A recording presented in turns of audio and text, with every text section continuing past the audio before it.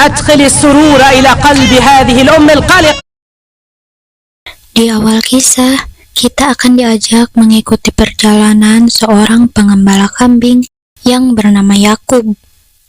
Nabi Yakub ini sudah berdakwah bertahun-tahun lamanya di negeri yang bernama Padan. Namun sampai saat ini penduduk negeri tersebut masih beribadah di kuil untuk menyembah berhala batu yang bernama Ashtar. Di dalamnya pemimpin peribadahan yang dipanggil dengan penyihir Ishtar sedang mengangkat seorang bayi ke hadapan berhala itu sebagai bentuk terima kasih sebab bayi tersebut sudah hidup kembali dari kematiannya. Penduduk yang lain pun menganggap bahwa Ashtar ini adalah Tuhan yang bisa mengabulkan segala permintaan. Tak lama, Nabi Yakub pun masuk ke dalam kuil tersebut dan mengajak penduduk Padan untuk tidak lagi menyembah berhala itu.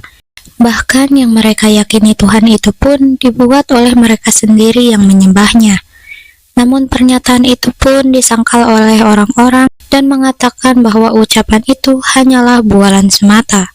Dan tentu bagi mereka Nabi Yakub telah menghina dewa-dewa mereka. Nabi Yakub menyangkal jika yang ia katakan adalah kebenaran yang berasal dari kitab-kitab yang sebelumnya sampai kepada Ibrahim.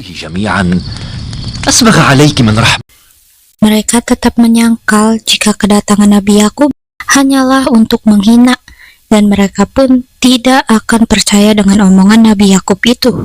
Tambah lagi, mereka menganggap hidupnya bayi tadi sebagai bentuk kekuatan Ashtar.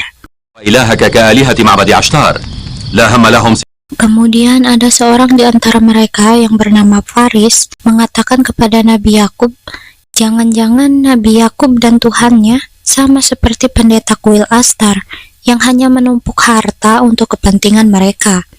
Hal tersebut pun didengar langsung oleh pekerja kuil dan ia pun langsung pergi untuk mengadukannya kepada pemimpin pendeta. Usut punya usut, ternyata orang tersebut pun memiliki kekecewaan sebab kematian anak sematawayangnya dan Ashtar tidak bisa menyembuhkan anak itu hingga anak itu pun menemui ajalnya. Tak lama pasukan kuil pun datang. Spontan pendeta menyuruh agar Faris ini segera ditangkap untuk diberikan hukuman. Namun pendeta tersebut pun tak mampu menghukum Nabi Yakub sebab ia adalah menantu Panglima Laban yang saat ini berkuasa di sana. Pendeta itu pun membubarkan orang-orang dan meminta supaya tak berkata sesuatu yang tidak pantas di hadapan Ashtar. Bahkan dakwahan Nabi Yakub mereka meyakini menjadi sebab marahnya Ashtar. Di hari berikutnya, Faris yang telah tertangkap pun akan diikat dan juga dibakar. Hal ini merupakan salah satu tradisi kuno di sana yang menghalalkan darah musuh untuk sesembahan kepada para dewa. Nabi Yakub meninggalkan anaknya untuk mendekat dan melihat siksaan itu. Faris diikat dengan kencang dan siap dibakar. Ishtar pun membacakan mantra kepada api yang menyala-nyala itu. Diketahui sebelumnya, Faris pun melempari Ashtar dengan batu dan menyebutnya sebagai Tuhan yang bodoh. Hal itu tentu saja membuat pemimpin pendeta di sana sangat marah. Faris pun mengatakan jika apa yang ia lakukan adalah suatu kebenaran. Sebelum benar-benar masuk ke dalam api, Ishtar menawarkan tebusan untuk Faris. Nabi Yakub yang mendengar itu merasa kasihan dan menanyakan berapa banyak uang tebusan tersebut karena ia akan membayarnya. Ishtar marah sebab Nabi Yakub adalah musuh Ashtar dan dia seharusnya membayar denda untuk dirinya sendiri sebelum membayar tebusan tersebut. Nabi Yakub pun akan menerima jika dirinya harus dibakar karena ia yakin Allah akan membantunya sama seperti kakeknya Ibrahim dulu yang dibakar oleh orang-orang kafir namun tidak ada satu rambut pun yang terbakar. Namun beruntung saat itu Panglima Laban datang dan dilepaskanlah Nabi Yakub pada saat itu. Selanjutnya, Nabi Yakub harus membayar 500 dinar untuk membebaskan Faris. Faris dan istrinya sangat berterima kasih kepada Nabi Yakub dan rela menjadi budak Nabi Yakub untuk mengganti uang tebusan tersebut berapapun lamanya. Singkat cerita, di rumahnya Nabi Yakub dan keempat istrinya sedang sibuk memerah susu dan juga menumbuk gandum. Nabi Yakub menceritakan kejadian tadi kepada istrinya yang bernama Rahil, yang saat ini sedang mengandung. Meski telah memiliki banyak anak, namun Nabi Yakub bahagia karena ini adalah anak pertamanya bersama Rahil setelah penantian yang panjang. Setelah kejadian kemarin, rupanya penduduk Padan masih saja mendatangi kuil. Kali ini mereka datang dengan membawa sesembahan makanan dengan tujuan meminta hujan kepada Ashtar. Pasukan kuil pun mengadukan lagi bahwasannya Nabi Yakub selalu membuat ulah. Ishtar pun meminta dipanggilkan Panglima Laban ke kuil itu. Singkat cerita, pasukan kuil tadi pun menjemput Laban ke rumahnya.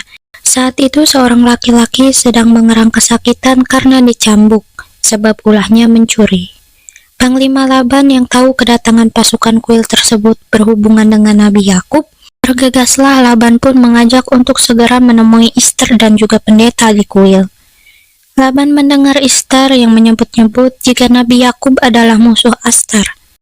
Kesialan kemarau serta paceklik disebabkan oleh Yakub yang membangkang terhadap Ashtar. Singkat saja, pendeta secara jelas mengungkapkan supaya Laban ini bisa membuat Nabi Yakub terdiam dan tidak menghina Tuhannya lagi. Kalau Laban tidak bisa melakukan itu, Ishtar akan mengadukan kepada pendeta agung Babilonia. Sebab pendeta agung Babilonia lah yang telah membuatnya memiliki kekuasaan sekarang ini. Merasa kepemimpinannya terancam, Laban pun bergegas mendatangi kediaman Nabi Yakub. Laya dan Rahil sangat gembira dengan kedatangan ayahnya. Namun Laban marah dan mencurahkan kekesalannya tentang Nabi Yakub. Mendengar cerita-cerita dari Laban, Laya dan Rahil yang telah beriman kepada Allah Subhanahu wa Ta'ala pun balik menyalahkan sikap keras golongan itu. Meski Laban terus bersikukuh dengan pendapatnya, Laya pun terus membela bahwa Nabi Yakub ini adalah utusan Allah untuk membuat penduduk negeri Padan beriman kepada Tuhan yang sesungguhnya. Saat itu pula tiba-tiba perut Rahil terasa sakit. Bilhah dan Julpa pun mengecek dan menyimpulkan jika sekiranya Rahil ini akan segera melahirkan. Mereka pergi ke dalam, sedangkan Bilhah pergi untuk menjemput bidan. Laban pun segera meminta anak buahnya untuk menjemput Nabi Yakub yang sedang mengembala kambing di padang rumput. Lain cerita, di padang rumput itu, Nabi Yakub memperhatikan anak-anaknya yang sedang bergulat.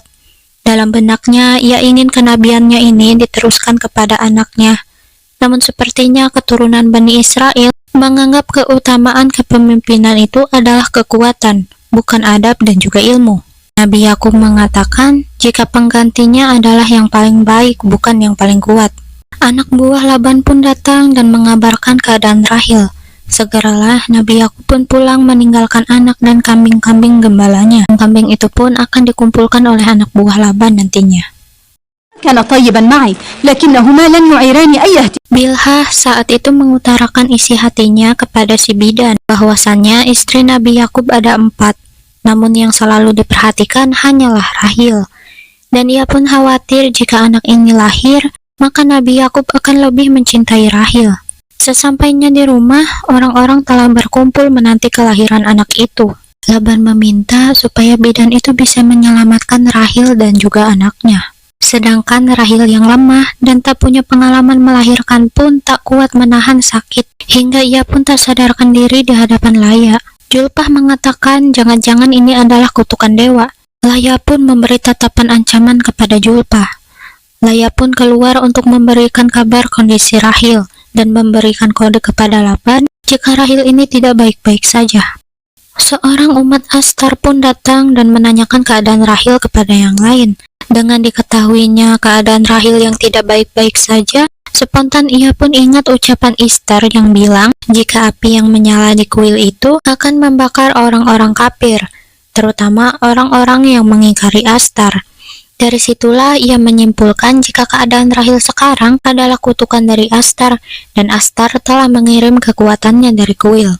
Datanglah Nabi Yakub. Laban mengabarkan keadaan Rahil yang tidak baik-baik saja. Ditambah ia melihat Laya keluar dengan keadaan menangis. Laya tak terima orang-orang mengatakan jika Rahil terkena kutukan Ashtar. Nabi Yakub pun pergi ingin menyendiri. Ia pun berpamitan kepada Laya supaya bertawakal kepada Allah.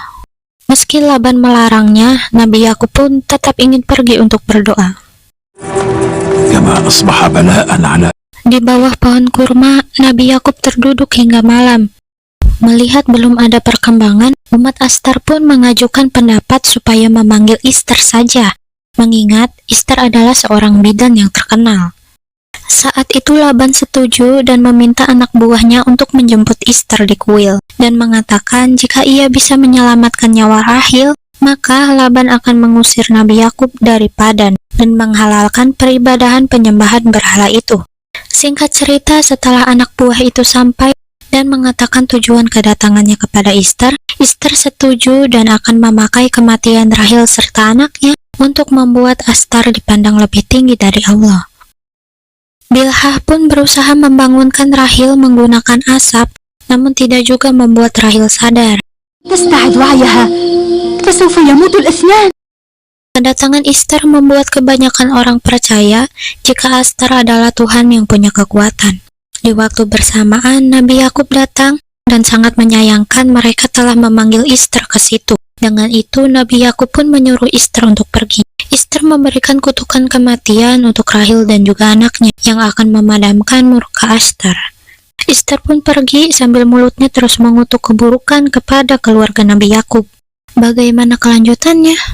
Apakah anak dan istri Nabi Yakub akan mati karena kutukan Ishtar dan murkanya berhala itu? Jangan lupa saksikan episode 2-nya ya.